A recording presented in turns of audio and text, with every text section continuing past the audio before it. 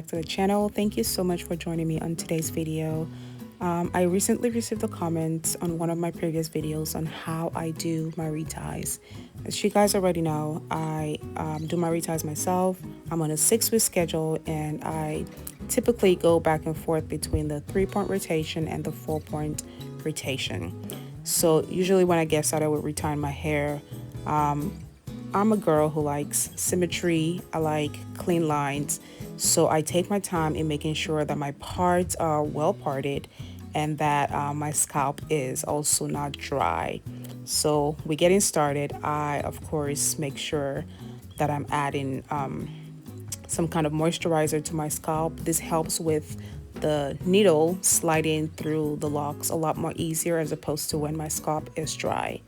So as you can see, what I do is I go in all 4 directions. So it could be north to south and then east to west, or however you want to look at it. I'm on a 6-week schedule, so I do tend to have a little bit of undergrowth. There are times I might do a 4-point rotation and that is it, or I would have to do a 4-point and a 3-point, or a 4-point and a 2-point. So usually the direction in which I want the lock to lay would determine what the rotation would be, number 1. And number 2, how much undergrowth I have will also determine what the ending rotation would be. But typically I try to stick with a 4-point rotation. And then if there's still a little bit of room in the lock to tie some more, I kind of gauge it with my eye because I've been doing this for over a year, so I kind of know exactly what to do. I would either do a 3-point or a 2-point.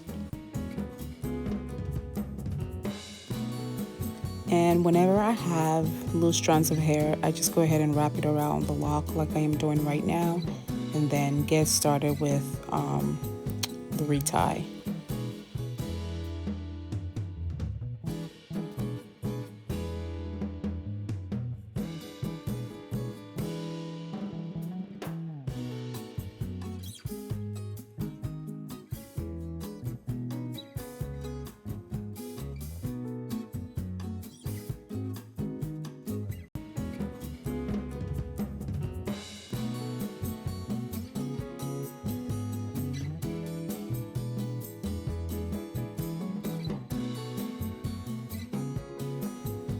And of course, I love to end every retie with a well moisturized and well oiled scalp.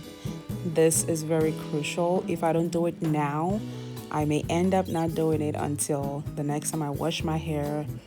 So I like to do this no matter how tired I am. I have to make sure my scalp is oiled. Well, thank you so much for watching today's video. I really appreciate it. And of course, I always like to tell people, use whatever information you get on YouTube with discretion. All right, thank you. Bye.